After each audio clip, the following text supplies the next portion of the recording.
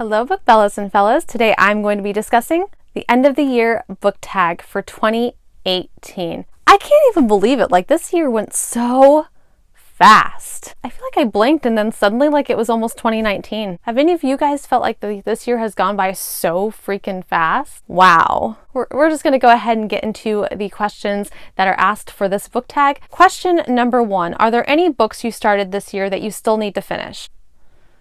There are a few. So I have this on my nightstand. I'm not going to finish all of these. I don't want to finish all of these. So let me show you what these are. The first book is Grave Mercy.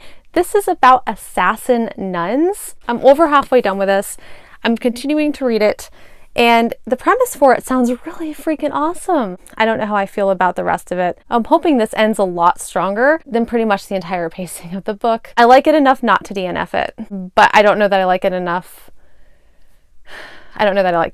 So the next book that I still have yet to read is The Complete Poems of Emily Dickinson. This is one I know for a fact that I'm not going to get to. I mean, this is a chunker.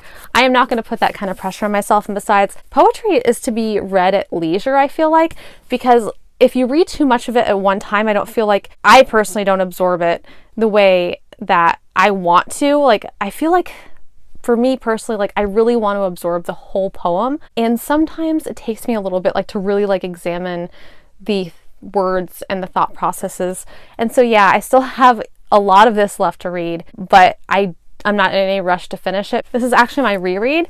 It's called Wicked Like a Wildfire. I don't have the dust jacket on it right now. This is actually the second time I'm reading this book. I got the second book a few months ago. I've read so much since I've read this book that I really wanted to reread it and kind of absorb all of the storyline again before I got into the next book.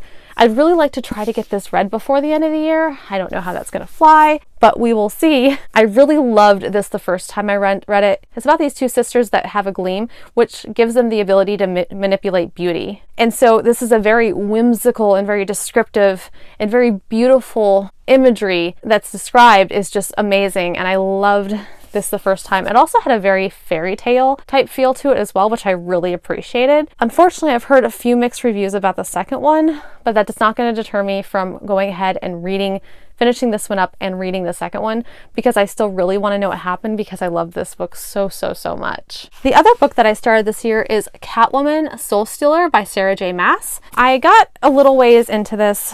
I am about almost 100 pages into this, and I haven't picked it up. I was taking notes on it because I was wanting to do a full review on it. I just haven't had the chance to get back to reading this again. It's not the fact that I didn't like it. It's the fact that I got distracted because, sometimes that happens with books. You pick them up, you start reading them, and while you do enjoy it, you want to read something else. And then I never ended up coming back to this. So I'm hoping I'll be able to get to finish it. I can't really say that I'll be able to. It's just one of those books that I kind of set aside and never got a chance to get back to. So the last physical book that I have is this chunker right here. This is a huge book. And it is actually Dante Alighieri's The Divine Comedy. This has all three books in it. Inferno, Purgatorio, and Paradiso. This book is such a dense read. The thing about it is with Dante's Divine Comedy is it's a project to get through. The reason why it's such a project is because yes, he's going through hell and purgatory and then heaven to find his love at the top of heaven. And it's a beautiful story and it's very well written. But then he's also interlacing a lot of things from during the time that he lived. And so if you don't know a lot about his history, it's really hard to get through. It's not the fact that I don't love this and I haven't enjoyed reading this. It's the fact that it's a project, and I'm really glad that this has some footnotes in it because that really helps me to kind of grasp the underlying meanings to a lot of this.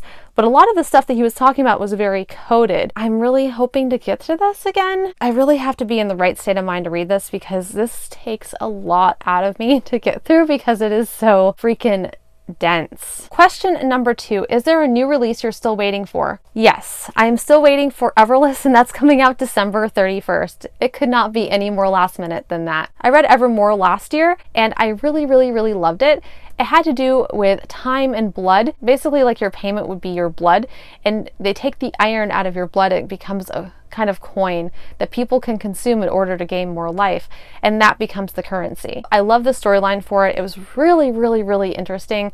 It had a lot of intrigue, and it had a girl who goes to the palace to work in order to make more money for her and her father, which is the sole purpose that she goes to the palace. And I'm super, super excited to see where they go from here, because that book left on a giant cliffhanger. Question number 3. What are 3 books you want to read before the end of the year? Okay, so Mistborn by Brandon Sanderson, Pride by E.B. Savoy, which is a Pride and Prejudice retelling in Brooklyn, and the Orange manga series, which is a contemporary manga series about these people who are sending letters to their past self. And I'm really excited because that premise sounds so amazing. Question number 4.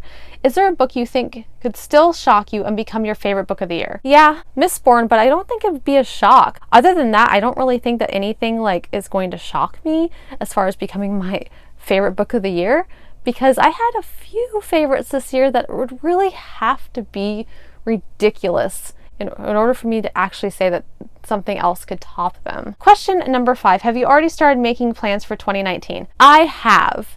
And I am going to be sharing that in a video for my 2019 goals. So I don't really want to get into that right now. I will say that I am going to be going on a book buying ban, and I'll be setting the amount of books that I'm going to be reading a lot lower. Well, guys, thank you so much for joining me. If you liked this tag, consider yourself tagged. This was such a fun tag. I wanted to make sure I got this out to let you guys know where I'm at with my goals. I want to hear what your goals are for not only the end of this year, but the rest of next year as well. Thank you guys so much for watching me. If you like this video, hit the little like, hit subscribe, and hit the little bell icon if you want to receive emails every time I post. And as always, thank you so much for watching me, and I will see you again very soon.